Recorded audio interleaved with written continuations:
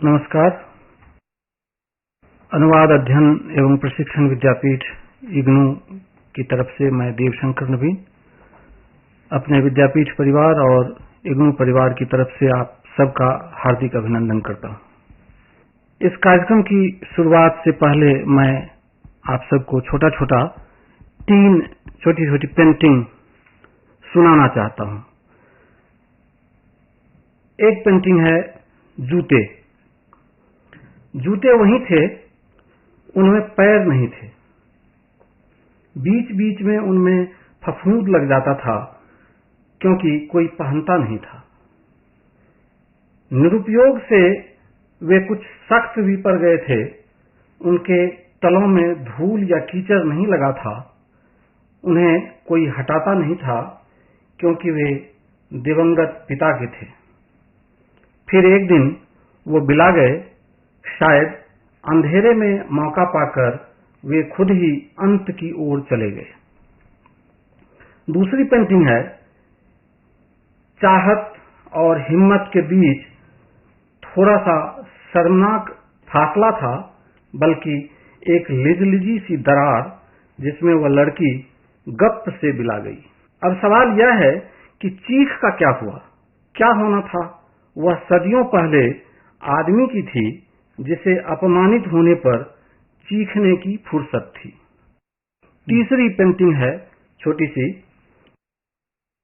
जो रौब से सामने नहीं गिड़गिड़ाता, जो रौब के सामने नहीं गिड़गिड़ाता, अपने बच्चे के नंबर बढ़वाने नहीं जाता मास्टर के घर, जो रास्ते पर पड़े घायल को सब काम छोड़कर सबसे पहले अस्पताल पहुंचाने का जतन करता है, जो अपने सामने हुई वारदात की गवाही देने से नहीं हिचकिचाता।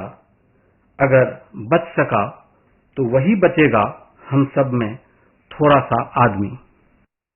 ये तीनों चित्र और शब्द द्वारा खींचे गए ये चित्र मेरे नहीं हैं। आज के समय के सर्वाधिक बड़े चिंतक, बड़े कवि, बड़े विचारक श्री अशोक वाजपेयी के हैं। इस समय श्री अशोक वाजपेयी हमारे बीच मौजूद हैं। मैं अनुवाद अध्ययन एवं प्रशिक्षण विद्यापीठ की तरफ से, इग्नू परिवार की तरफ से और आप सभी भावकों की तरफ से श्री अशोक वाजपेयी जी का स्वागत करता हूं, अभिनंदन करता हूं। हमारे साथ मौजूद हैं प्रोफेसर अवधेश कुमार सिंह, अनुवाद अध्ययन एवं प्रशिक्षण विद्यापीठ के निदेशक, तुलनात्मक साहित्य के विशिष्ट विद्वान। कार्यक्रम शुरू करने से पहले अशोक वाजपेयी के संबंध में थोड़ी सी आंकड़ेबाजी, जो आपके लिए बहुत जरूरी नहीं है, फिर भी कुछ चीजें ऐसी होती हैं जो लोगों को पसंद आती हैं और जानने की इच्छा रहती है। श्री अशोक वाजपेयी का जन्म 16 जनवरी 1941 में दुर्ग, मध्य प्रदेश में हुआ। छठी कक्षा में गणतंत्र दिवस पर उन्होंने 10 वर्ष की आयु में 1951 में पहली बार तुकबंदी की। सारथी नाम की साप्ताहिक पत्रिका जो नागपुर से छपती थी और जिसमें मुक्तिबोध, श्रीकांत वर्मा जैसे दिग्गज कवि उस समय छपते थे, उसमें पहली बार श्री अशोक वाजपेयी की कविता 1954 में छपी। सागर विश्वविद्यालय से उन्होंने बीए किया। दिल्ली विश्वविद्यालय से अंग्रेजी में एमए किया। सन 1965 से भारतीय प्रशासनिक सेवा में आए। उससे पूर्व दिल्ली विश्वविद्यालय में 2 साल अंग्रेजी भाषा एवं साहित्य का अध्यापन किया। मध्य प्रदेश शासन के अनेक विभागों में सचिव पद पर रहे। सन 1952 से भारत सरकार के संस्कृति मंत्रालय में संयुक्त सचिव पद पर रहे। महात्मा गांधी अंतर्राष्ट्रीय हिंदी विश्वविद्यालय के संस्थापक कुलपति, ललित कला अकादमी के निवर्तमान अध्यक्ष, महादेवी वर्मा द्वारा सुसंस्थापित देवघर विद्यापीठ, जो स्त्रियों की विशेष शिक्षा के लिए प्रसिद्ध है, उस संस्था के अध्यक्ष, भारत भवन, कालिदास अकादमी, आदिवासी लोक कला परिषद, उर्दू अकादमी आदि अनेक संस्थाओं के संस्थापक, एक विनम्र लेकिन बेबाक आलोचक, संवेदनशील कवि, कला, साहित्य और संस्कृति की त्रिवेणी के विलक्षण समीक्षक, मैं उनका स्वागत करता हूं। सम्मान पुरस्कारों से परे फिर भी कुछ सम्मानों का नाम गिनाऊं। दयावती मोदी कवि शिखर सम्मान सन 1994 में कहीं नहीं वहीं कविता पर, जो 1990 की प्रकाशित है, इस पर साहित्य अकादमी पुरस्कार। कबीर सम्मान फ्रांस सरकार द्वारा officer of the order of arts and letters, Polish सरकार द्वारा officer of the order of cross और भारत भारती सम्मान से सम्मानित कवि श्री अशोक वाजपेयी से आज हम मेरे समय के साहित्य पर बात करेंगे। अब तक उनकी 18 कविता संग्रह, 12 आलोचनाओं का संग्रह, 6 ऐसी पत्रिकाएं जिनका उन्होंने संपादन शुरू किया, उनमें से कई अब भी चल रही है, और उसके अलावा 14 महत्वपूर्ण किताबों के संकलन का उन्होंने संपादन किया है। अशोक जी, मैं आपका स्वागत करता हूं और बात शुरू करने से पहले आप ही की एक उक्ति दोहराना चाहता हूं। आपने मेरठ में एक विशेष व्याख्यान देते हुए कहा था कि यह झूठ के दिग्विजय का समय है। यहाँ नेता, मीडिया, ज्योतिषी, विद्वान सभी 24 घंटे झूठ परोस रहे हैं। हम मुदित मन से यह सब देखते सुनते हैं, न हमें गुस्सा आता है न खीज होती है। स्थिति वस्तुतः ऐसी है, लेकिन आज के आशंकाओं भरे समाज के सामाजिक संदर्भ में साहित्य और साहित्यकारों की भूमिका पर आपकी क्या राय है? देखिए, हम लोग बहुत सदियों से ये मानते रहे हैं कि साहित्य का एक बुनियादी काम, मनुष्य की कई विद्याओं का बुनियादी काम सच खोजना और उसे व्यक्त करना है। आप कह सकते हैं कि ये जिम्मेदारी इन्हीं की क्यों है। एक जमाना था जब धर्म की भी ये जिम्मेदारी थी, राजनीति की भी जिम्मेदारी थी, और जो अनुशासन है उनकी भी जिम्मेदारी थी। लेकिन धीरे धीरे इन अनुशासनों ने अपने इस सत्यान्वेषण से किनारा कर लिया। अब ये ज्यादातर अनुशासन अपने ही बारे में है, राजनीति अपने बारे में है, धर्म अध्यात्म शून्य है, आक्रामक है। तो ऐसे में कुछ ज्यादा जिम्मेदारी सृजनात्मक साहित्य, विचार और कलाओं पर आ जाती है। झूठ की दिग्विजय तो इस समय लगभग एक दैनिक घटना है। यानी हमारे समाज में ही नहीं, सारे संसार में। आपको याद होगा, इराक पर हमला हुआ, अमेरिका और ब्रिटेन ने हमला किया इस आधार पर कि उनके पास आणविक हथियार हैं। अब वो खुर्दबीन से खोजते रहे, एक देश पर आपने हमला इसलिए किया, उसको नेस्तनाबूद कर दिया इस झूठ के आधार पर कि उसके पास ये आणविक हथियार हैं। वो मिले नहीं, उनको आज तक नहीं मिले। तो ये तो एक व्यापक प्रश्न है कि हमारे समय में असल में क्या है कि हमारे समय में हर चीज बहुत तेजी से फैल जाती है, और सच जो है वो हमारे समय में थोड़ा थोड़ा संकोच में है, क्योंकि उसको इतनी तेजी का अभ्यास नहीं है। वो थोड़ा सच वही है जो अपने पर भी संदेह करे। कम से कम साहित्य के संदर्भ में तो वही सच सच होगा जो अपने पर संदेह करे। जो अपने पर संदेह ही नहीं करता वो तो फिर बहुत तेजी से फैल जाता है। तो झूठ को फैलाने के माध्यम इतने बढ़ गए हैं, और सच की जो धीरोदात्त गति है वो इतनी मंद है और मंद है, विलंबित है, कि अब संसार झूठ से चलता है। तो ऐसे में साहित्य एक अल्पसंख्यक व्यापार है। सच बोलने वालों की क्या खबर? जब झूठ से लोग इतना खुश हैं, सुबह शाम मूर्ख पेटिका के सामने बैठ के देखते हैं, उसमें उनकी कोई भागीदारी नहीं है। अधिक से अधिक यही कहा जा सकता है कि इस झूठ को बनाने में आपकी भागीदारी नहीं है सीधे। लेकिन अगर इतने करोड़ों लोग झूठ देख रहे हैं और प्रसन्न हो रहे हैं, या कि कम से कम उदासीन हो रहे हैं, निष्क्रिय हो रहे हैं, तो झूठ तो विजय कर चुका। आपने थोड़ी जो 2-3 बहुत अच्छी चीजें कही, तो आज आलोचक का जो जिम्मे कर्तव्य या उसकी परिभाषा केवल साहित्यिक आलोचक से हटकर सांस्कृतिक आलोचक की तरफ बढ़ जाती है। तो आप एक इस चीज को नई परिभाषा दे रहे हैं, नया आयाम दे रहे हैं। दूसरा, एक हमारा जो इंटेलेक्चुअल क्लास है, जिसे हम थिंकिंग माइंड कहें या पैरासाइट कहें, वो एक अलग ढंग की डायमेंशन उसका भी इसमें जुड़ जाता है आके।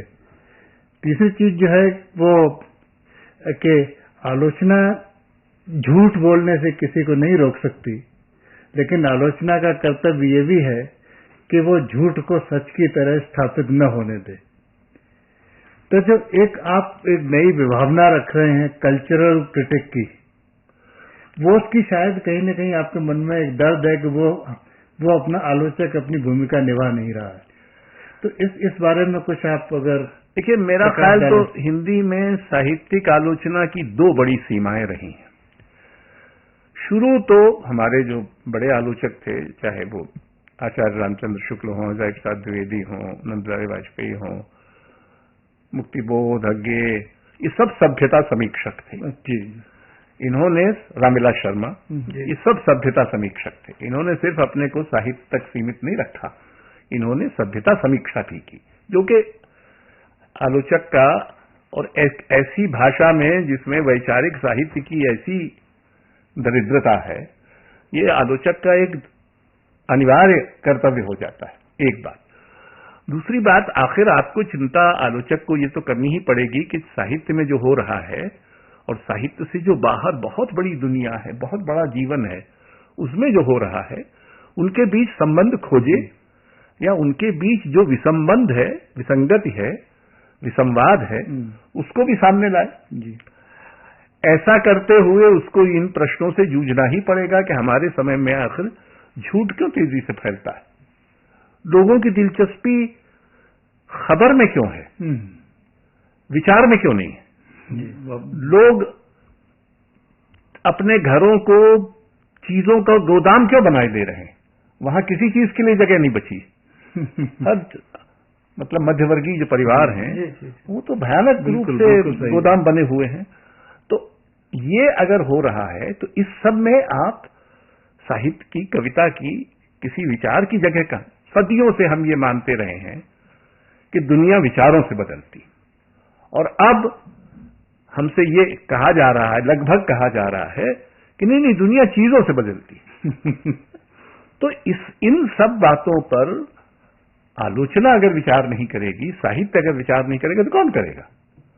इसलिए ये तो अनिवार्य है कि आप साहित्य से पर विचार करते हुए उसके अंतर्गत जो समय है उस पर, और उसके बाहर जो समय है उस पर भी विचार करें।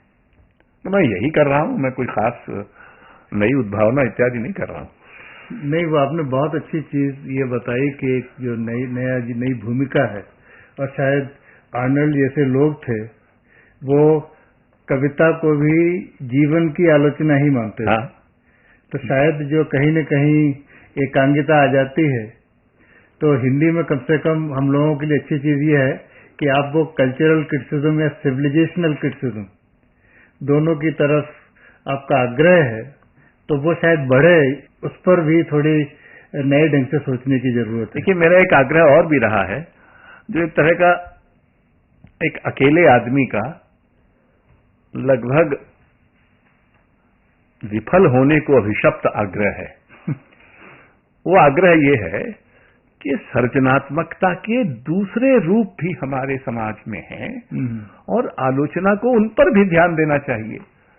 मसलन चित्रकला, शास्त्रीय संगीत, नृत्य, रंगमंच इत्यादि इत्यादि। हमारी आलोचना की बड़ी भारी कमी ये है कि वो बहुत ही साहित्यवादी आलोचना है, एक। दूसरा, वो साहित्य में भी कथ्यवादी आलोचना है।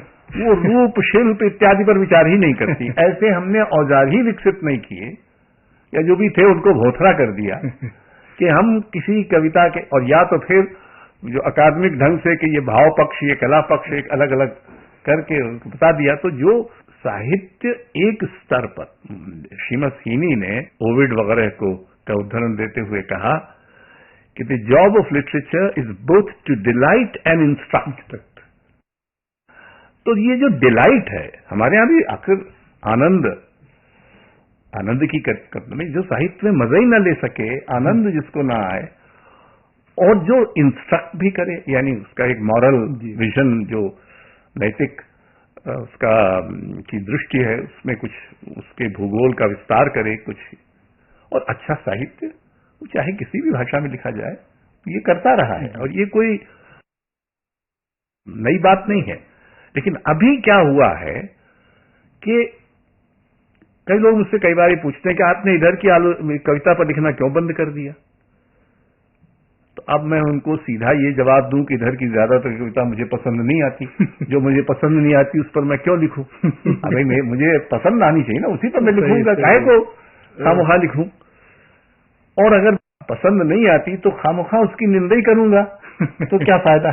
तो उसका एक कारण मुझे, जो कभी कभी मैं अपने बारे में सोचता हूं कि आखिर मैं क्यों नहीं लिखता, तो मुझे समझ में आया कि इस ज्यादातर कविता में न तो कोई अंतर्ध्वनियां हैं, और न इसमें अर्थ जो है वो कहीं गहरे छुपा या बसा हुआ है, जिसको पाने के लिए कोई आलोचनात्मक उद्यम जरूरी हो। ज्यादातर कविता में अर्थ ऊपर ही रखा हुआ है, यानी उसमें जो कहा जा रहा है उसके अलावा कुछ और अभिप्रेत है ही नहीं। तो फिर उसमें आलोचना क्या करेगी, उस कविता कह ही चुकी। और ज्यादातर कवि ये मानने लगे हैं, दुर्भाग्य से, खासकर युवा कवि, कि कविता का अर्थ कविता का विषय है। यानी अगर आपने कविता पेड़ पर लिखी तो यही उसका अर्थ है। एक बार आपने कहा भी था कि नए कवियों पर किसी ने आपसे सवाल किया, तो आपने जो कुछ वाक्य कहे थे उसी का एक छोटा सा अंश मैं बताता हूं कि कवि जन्म, आगे आपने कहा कि कवि जन्म, वे स्वयं अपने को जन्मजात कवि मानते हैं, लेकिन आपने कहा कि कवि जन्मजात नहीं होते, निरंतर अध्ययन और संसार के प्रति चैतन्यता श्रेष्ठ कवि होने की शर्तें हैं। देखिए, मैं तो ये भी कहता रहा हूं, कई बार अपनी बात दोहराना इसलिए पड़ती है कि कोई सुनता तो है नहीं, तो इसलिए 5 बार कहो। जो साले झूठ को इतना बार बार कह के सच बना रहे हैं, तो मैं तो कम से कम अपने संदिग्ध सच को भी बार बार कहे तो कुछ तो उसकी मान्यता बढ़ाऊं। मैं ये कहता रहा हूं कि साहित्य संसार के घोर अनुराग से पैदा होता है। जो संसार से अनुराग नहीं करता, वो चाहे योगी हो और चाहे साधु हो, वो साहित्य नहीं लिख सकता, क्योंकि साहित्य तो अनुराग से पैदा होता है। अगर राग नहीं है और निरा विचार है, या सिर्फ विचार है, या सिर्फ राग है, तो बात बनती नहीं है। रूप के प्रश्नों को दृष्टि के प्रश्नों में जब बदलने का आपके पास हुनर आ जाए, तब आप कुछ सार्थक करने की दिशा में बढ़ते हैं। लेकिन रूप के प्रश्नों से उलझना जरूरी है, और दृष्टि अपने आप रूप नहीं दे देगी। बहुत बड़ा भ्रम यह है, क्योंकि हमारे पास एक महान विचार है, और उस महान विचार ने बड़ी महान कृतियां, इसलिए अगर हम उसका पल्ला पकड़ लें तो हम भी भवसागर पार हो जाएंगे। नहीं हो सकते। महान विचारों से भी घटिया साहित्य पैदा हुआ। स्टीफन स्पेंडर ने एक बार ये कहा था कि महान विचारों ने भी घटिया साहित्य को जन्म दिया है, लेकिन अगर महान साहित्य है तो उसके पीछे विचार भी महान होंगे, वो घटिया नहीं हो सकते। यानी इसका उल्टा सही नहीं है। लेकिन हमारे यहाँ अब जिसको विचार विचार कहते हैं, वो काहे का विचार है? वो अनर्जित विचार है, आ गया है कहीं से, क्योंकि उस तरह के विचार की भंगिमा फैशन में है, उससे आपको किसी संघ संगठन का की मान्यता या वैधता मिलती है, तो आप उस विचार का पालन किए जा रहे हैं, और विचार से आपका कोई लेना देना नहीं। हिंदी कविता की बड़ी भारी इस समय जो समस्या है वो ये है कि उस पर विचारधारा का बहुत आतंक है। लेकिन विचारधारा भी हमारे यहाँ धारा अधिक है, विचार कम है। तो सबको बहने का आनंद है। आप कहते हैं कि कविता कवि से आगे जाती है। सच्ची कविता हदबंदी नहीं करती, हदें तोड़ती है, कम से कम ठेलती जरूर है। तो सृजन से संगठन तक में आपने कई ऐतिहासिक स्तंभ रखे हैं। लोक कला के क्षेत्र में तो आपके उल्लेखनीय योगदान को पीढ़ियां याद रखेंगी। इस वक्त हम लोक कला और लोक जीवन के पारस्परिक संदर्भों पर आपसे कुछ सुनना चाहते हैं। देखिए, हमारे यहाँ जिस अंग्रेजी या विलायती जहनियत का आतंक फैला, उसने हमारे यहाँ एक नया विभाजन पैदा किया। हमारी जो आधुनिकता है उसकी दो बड़ी विसंगतियां। एक, 19वीं सदी के अंत तक, लगभग अंत तक, संगीत, नृत्य, रंगमंच, कविता, चित्रकला, मूर्तिकला, ये सब एक दूसरे के पड़ोस में थे, एक दूसरे से बात करते थे। इनकी बिंब विधान एक थे, इनकी अभिप्राय संपदा एक थी, इनके कथानक एक थे, इत्यादि इत्यादि। तब तक ये भेद नहीं हुआ था कि ये शास्त्रीय है, ये लोक है, ये लोक है, ये समकालीन है, ये आधुनिक है। ये जो पश्चिम प्रेरित आधुनिकता आई, उसने एक नया विभाजन पैदा किया।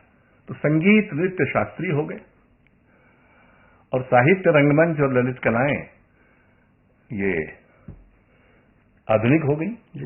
ललित कलाओं में एक फाइन आर्ट हो गया और एक फोक आर्ट हो गया। तो जो इस समय भारत में लोक कलाकारों की संख्या, यानी जो लोग हाथ से कुछ ना कुछ करते हैं, हस्तशिल्प इत्यादि, उनकी संख्या लगभग 5 करोड़ है। 5 करोड़ लोग लोक कला के निर्माण लगे। देखिए, ऐसे लोग थे हमारे यहाँ, राय कृष्णदास और वासुदेव शरण अग्रवाल, अजय प्रसाद द्विवेदी इत्यादि, जिनको ये सब अंदाज था लोक कला वैभव का। लेकिन बाद में जो ये हुआ कि सिर्फ शहराती लोग जो हैं वो आधुनिक कलाकार हैं। जो लोक कलाकार हैं वो ऐतिहासिक दृष्टि से पिछड़े हुए लोग हैं। इसका कोई वैचारिक औचित्य नहीं है, इसका कोई वैचारिक आधार नहीं है। आपने तो ये जो कलाओं की जो अंतर संबंध है उनकी न केवल चर्चा की है, बल्कि संस्था के रूप में भी आपने उन्हें सपोर्ट किया। हर युग में कविता या कला के सामने संकट आया। पश्चिम में तो इसका बहुत अच्छा लंबा इतिहास है। एक ने सवाल, प्लेटो ने सवाल उठाया तो अरिस्टोटल ने जवाब दिया, गोसोन ने उठाया तो सिडनी ने दिया, और बल्कि कविता और कला और ज्यादा स्ट्रांग होकर निकली। आज फिर बड़ा संकट जैसी बात चल रही है। तो ये जो एक तो अंदर संबंध टूटे, विशेषकर जो वेस्टर्न मॉडर्निटी की वजह से, आजकल जो एक चर्चा हो रही है कि कला और कलाकार का भी की विभावना या उसका जो अवधारणा है वो भी बदल गई। कि वो जो कहते हैं कि कलाकार जो है पहले रूटेड होना चाहिए था, आज का कलाकार इतनी यात्रा करने के लिए मजबूर या अशक्त है कि उसे आईवी क्रीपर या क्लाइंबर की तरह होना चाहिए। तो आज का संकट जो है, आप भारतीय भाषाओं को जानते हैं, हिंदी में सबसे परिचित हैं, पश्चिम में भी है। बदले परिप्रेक्ष्य में नया कलाकार है जो रूटेड होने के बजाय अपरूटेड है, जो एक जगह से दूसरी जगह जाता है, विचारों का आदान प्रदान करता है। तो कविता के क्षेत्र भी होना चाहिए। तो अपने भारतीय कविता और जो बाहर से बाहर की कविता और अपनी हिंदी कविता, इनको जब हम एक साथ देखें तो आप कैसा पाते हैं इनका स्वास्थ्य विशेषकर? देखिए, एक तो सुसान सोनटैग ने एक उक्ति की थी कि वो जड़ें किस काम की जिनको हम अपने साथ न ले जा सकें। हाँ, तो मतलब आप अगर इधर से उधर कहीं जाएं, अपनी साथ जड़ें ले जा सकना चाहिए। तो जड़ें कोई स्थानबद्ध नहीं होती। एक बात। दूसरी बात यह है कि हाँ, हमारे समय में पिछले 200 वर्षों में बहुत आवाजाही हुई है, लोग विदेशों में बस जाते हैं, लेकिन हिंदी भाषा का कोई लेखक, विदेशों में वो हिंदी प्रेमी बहुत हैं, उनके हिंदी प्रेम की बहुत सराहना करनी चाहिए, लेकिन उनमें से कोई भी एक भी ऐसा लेखक नहीं अभी तक हुआ है जिसको आप महत्वपूर्ण माने। ठीक है, लिखते हैं, अच्छा करते हैं, उनको प्रोत्साहन इत्यादि मिलना चाहिए। एक बात। दूसरी बात यह है कि हमारा विश्व कविता से संबंध करीब 70-80 साल पुराना है। जी। जब छायावादियों ने रोमांटिक कवियों को अंग्रेजी के पढ़ना शुरू किया, और शैली और कीट्स इत्यादि, उसके पहले हमारे, लेकिन उसके पहले की सदियों में भारतीय संस्कृत का निर्माण ही बहुत सारी आवाजाही से हुआ, और बहुत सारे फारसी के और अरबी के और जी बहुत सारे लोग उनसे प्रभावित, तो पूरी एक भाषा ही हमारे यहां नहीं बन गई। इस प्रभाव में, अरबी फारसी के प्रभाव में, इस्लाम ने दुनिया के किसी और देश में एक नई भाषा नहीं बनाई जितनी यहां। दूसरी तरफ उपनिवेशवाद ने ज्यादातर जगहों पर जहां उसने अपना वर्चस्व कायम किया, वहां की भाषाएं नष्ट कर दी, यहां वो भाषाएं नष्ट नहीं कर पाया। बिल्कुल सही। तो हमारा जो भाषाई भूगोल है वो कुछ ज्यादा जटिल और हो रहा है, उसमें एक तरह के प्रतिरोध देने की शक्ति भी है विश्व कविता से। लेकिन हमारा जो संवाद 70-80 वर्ष का है, वो बहुत सघन संवाद है, दो स्तरों पर। एक तो हमारे बहुत सारे लेखकों ने विश्व कविता का अनुवाद किया, एक। दूसरी तरफ इस कविता का समय समय पर हमारे प्रभाव के भूगोल पर भी इसकी छाप पड़ती रही।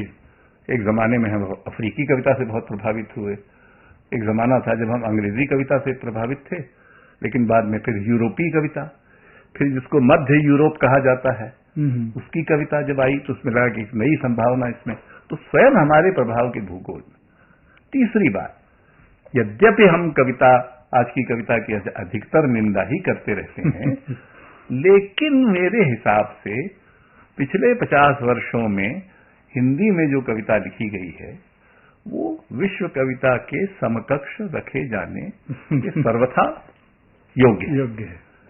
मुक्तिबोध, शमशेर, रघुवीर सहाय, श्रीकांत वर्मा, ऐसे बहुत सारे कवि हैं जिनकी कविता, विनोद कुमार शुक्ल इत्यादि, इनकी कविता संसार की किसी भी कविता के समकक्ष रखी जा सकती है। स्वयं भारतीय भाषाओं में, जिन भाषाओं में अच्छी कविता है वो बहुत अधिक नहीं है जी। मसलन मलयालम में अच्छी कविता है, थोड़ी बहुत कन्नड़ में है, मेरे हिसाब से तमिल तेलुगु में थोड़ा कमी आई है, बंगला में कमी आई है, लेकिन असमिया, मणिपुरी में बहुत अच्छी कविता है। तो ये सब, उड़िया में बहुत अच्छी कविता है जी। तो ये तो एक वो बदलता रहता है, कभी 19, कभी 20, कभी कुछ। दूसरी बात कि हिंदी ने भारतीय भाषाओं को जोड़ने की भी एक भूमिका निभाई जी। इस पर अक्सर ध्यान नहीं जाता है। बहुत सारी भाषाओं में अनुवाद हिंदी के माध्यम से होते हैं जी। हमारे बहुत सारे नाटक एक जमाने में 60 के दशक में मोहन राकेश और ये सब, जब विजय तेंदुलकर, गिरीश कर्नाड, बादल सरकार, इनके नाटक दूसरी भाषाओं में इन नाटकों के हिंदी अनुवाद के माध्यम से गए थे। तो ये भी एक भूमिका है। एक बड़ी भाषा को समावेशी होना चाहिए, जो सौभाग्य से हम हैं। अशोक जी, आपने सच और सपने के बीच भाषा की एक जगह को या कड़ी को कविता कहा है। निराला प्रसाद, अज्ञेय, मुक्तिबोध, शमशेर, रघुवीर सहाय और भवानी प्रसाद मिश्र को हिंदी कविता के सप्तऋषि के रूप में आपने घोषणा की है। और एक समय कभी आपने वक्तव्य तो दे दिया था कि नई कविता प्रतीकों और बिंबों के घटाटोप से शक की चीज होने लगी। तो हम चाहेंगे कि आप अपनी कुछ प्रिय कविताएं सुनाएं। मेरी माँ की पहली बरसी पर मैंने कुछ कविताएं, उनमें से एक है स्वर्ग में नरक। दूसरों के लिए जीवन भर मरने के बाद अब वो जरूर स्वर्ग में होगी, दूसरों के लिए स्वर्ग। अब उसे टीन के संदूक में नीचे तहाए कागज के नीचे रुपए नहीं खोजने पड़ते होंगे। अभी भी अभ्यास या आस्था से अपने बेटे बेटियों, उनके बच्चों के लिए सप्ताह में 3-4 दिन वो करती होगी उपवास। अभी भी स्वर्ग के ऐश्वर्य के आतंक को वह सहती होगी रामचरितमानस के पाठ से, लेकिन हमारा उसके आसपास न होना क्या उसके लिए नरक नहीं होगा? मैंने मृत्यु पर भी बहुत कविताएं जी। फिर घर जी। मां को कैसे पता चलेगा इतने बरसों बाद हम फिर उसके घर आए? कुछ पल उसको अचरज होगा, चेहरे पर की धूल कलुष से विभ्रम भी, फिर पहचानेगी, हर्ष विषाद में डूबेगी, उतराएगी।